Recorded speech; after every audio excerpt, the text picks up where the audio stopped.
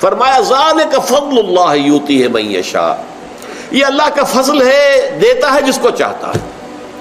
واللہ ذو الفضل العظیم، اللہ بہت بڑے فضل کا مالک ہے، اس کے خزانہ فضل میں کمی نہیں ہے، اس کے تو اتھاہ خزانے ہیں بے کنار، وہ جس کو چاہے دیتا ہے۔ ایک بہت بڑا فضل ہے جو، اب دیکھیے اس فضل کی ترتیب نوٹ کر لیجیے۔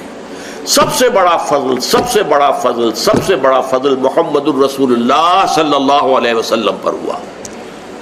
ان فضلہ کان علیک کبیرا، اے محمد صلی اللہ علیہ وسلم، اللہ کا فضل آپ پر تو بہت بڑا ہے، بہت بڑا ہے، بہت بڑا ہے۔ جو آپ کو مقام جو عطا ہوگا، مقام محمود قیامت کے دن، آپ کے ہاتھ میں آپ فرماتے لواء الحمد بیدی، اللہ کی حمد جو ہے اس کا جھنڈا میرے ہاتھ میں ہوگا، اور دربار اخروی جو ہے اللہ تعالیٰ خود صدارت فرما رہے ہوں گے، وجاء ربک والملک صفا صفا، آ جائیں گے پروردگار بھی، کیسے نزول ہوگا وہ ہم نہیں جانتے۔ قرآن کہتا ہے میدان حشر میں اللہ تعالیٰ جو ہے نازل ہوں گے، نزول فرمائیں گے، اور فرشتے ہوں گے صفے باندھے ہوئے، اور پھر پوری نوع انسان کی حاضری ہوگی۔ وہاں حضور فرماتے ہیں لواء الحمد بیدی، آپ کا نام کیا ہے؟ محمد، احمد، اور حمد سے یہ الفاظ بنے ہیں، حمد کا جھنڈا میرے ہاتھ میں ہوگا، اور اس روز جو حمد میں کروں گا اللہ کی، آج وہ نہیں کر سکتا۔ یعنی اس وقت اللہ تعالیٰ کی معرفت جس حد کو پہنچ چکی ہوگی، آج چونکہ بہرحال حجاب ہے، پردہ حائل ہے نا آخر، لہذا میں اتنی حمد اللہ کی آج نہیں کر سکتا جو حمد اس روز کروں گا۔ تو اللہ تعالیٰ کا سب سے عظیم فضل، خاتم المرسلین، خاتم الانبیاء، انسانوں میں سے سید البشر، وہ انسان محمد ہے صلی اللہ علیہ وسلم۔ پھر بہت بڑا فضل ہو گیا امیین پر، کہ حضور ان میں سے تھے نمبر ایک۔ یہ تو اللہ تعالیٰ کی بہت بڑی رحمت ہے، بہت بڑی فضیلت ہے، امیین کو فضیلت ملی، انہی میں سے ایک آدمی کو چن لیا گیا، انہی میں سے ایک شخص۔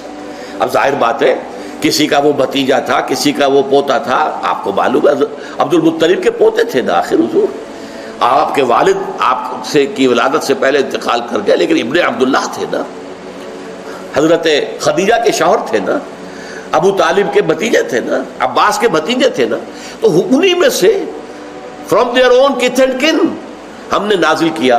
تو معلوم یہ ہوا کہ بہت بڑی فضیلت کا مقام جو ہے وہ عربوں کو حاصل ہو گیا، بنو اسماعیل کو۔ یہی وجہ ہے کہ سب سے بڑے عذاب کے مستحق بھی وہی ہوں گے، جن کے رتبے ہیں سوا، ان کی سوا مشکل ہے، جن کا مقام بلند ہوتا ہے۔ سورہ احزاب میں فرمایا گیا یا نساء النبی لستن کاحد من النساء، اے نبی کی بیویوں تم عام عورتوں کے مانند نہیں ہو، اگر تم میں سے کسی نے کوئی غلط حرکت کی تو سزا دوہری ملے گی عام لوگوں کے نسبت۔ جب تمہیں اللہ نے یہ کچھ دیا ہے، محمد کے گھروں میں آباد کیا ہے، تو تمہارا مقام تو بہت بلند ہونا چاہیے، تمہیں تو امت کی تمام خواتین کے لیے اسوہ بننا ہے، نمونہ بننا ہے۔ تو فضل نمبر ایک محمد الرسول اللہ پر، فضل نمبر دو امیین پر، اور فضل نمبر تین میں ہم بھی شامل ہیں، آخرین منہم، ہم ہندی ہیں یا کچھ اور ہیں، یا کوئی افغان نسل سے ہے، یا کوئی ترک ہے، یا کوئی مغل ہے، کوئی بھی ہے، یہ سب کیا ہے؟ آخرین منہم۔ بہرحال اللہ تعالیٰ نے ہمیں بھی چنا، ہمیں پسند کیا، ہمارے آباء و اجداد کو اسلام کی جو ہے توفیق دی، اسی سے ہمیں اسلام جو ہے اب تک پہنچا ہے۔ تو ذالک فضل اللہ یؤتیہ من یشاء، یہ اللہ کا فضل ہے، اللہ جسے چاہتا ہے دیتا ہے۔ سلیکٹ کر لیا محمد کو صلی اللہ علیہ وسلم، یہ اللہ کی مشیت تھی۔ سلیکٹ کر لیا امیین کو کہ ان میں سے نیوکلیس بنانا ہے امت محمد کے لیے، یہ اللہ تعالیٰ کا فضل تھا۔ اور ہم میں سے بھی جس کسی کو بھی اللہ نے قبول کیا، ہمارے آباء و اجداد کو، وہ بھی فضل میں شامل ہو گئے۔ ذالک فضل اللہ یؤتیہ من یشاء واللہ ذو الفضل العظیم، اللہ تعالیٰ تو بہت بڑے فضل والا ہے، اس کے فضل کے جو خزانے ہیں وہ اتھاہ ہیں۔ دیکھیے فضل وہ اس چیز کو کہتے ہیں جو بلا استحقاق ملے، اجر یا اجرت وہ ہے جو آپ محنت سے حاصل کرتے ہیں، وہ اجر ہے، اجرت ہے، اردو میں ہم اجرت بولتے ہیں، اجر ہے۔ لیکن فضل جو بلا استحقاق ملے، آپ نے ایک مزدور کو ہائر کیا، 8 گھنٹے کام کرنا ہے، 100 روپے مزدوری تھی، شام کو آپ نے 100 روپے دے دیے، وہ 101 ڈیمانڈ نہیں کر سکتا۔ لیکن اگر آپ نے دیکھا ہے کہ اس نے بڑی محنت سے کام کیا، چاہے کوئی سپروائز کر رہا تھا یا نہیں کر رہا تھا، ہی واز ورکنگ، آپ نے اس کو 10 روپے 20 روپے اور دے دیے. یہ فضل ہے, یہ آپ نے دیا ہے جس کا اس کے لیے استحقاق نہیں تھا. ہی کوئی ڈیمانڈ. تو اللہ سے کوئی انسان بھی کوئی شے ڈیمانڈ نہیں کر سکتا.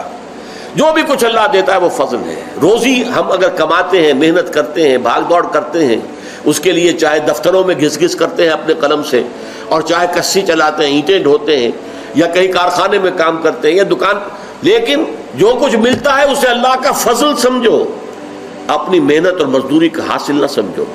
لہذا سورہ جمعہ ہی کے اندر آ جائے گی وہ آیت, فَإِذَا قُضِيَتِ الصَّلَاةُ فَانتَشِرُوا فِي الْأَرْضِ وَابْتَغُوا مِن فَضْلِ اللَّهِ.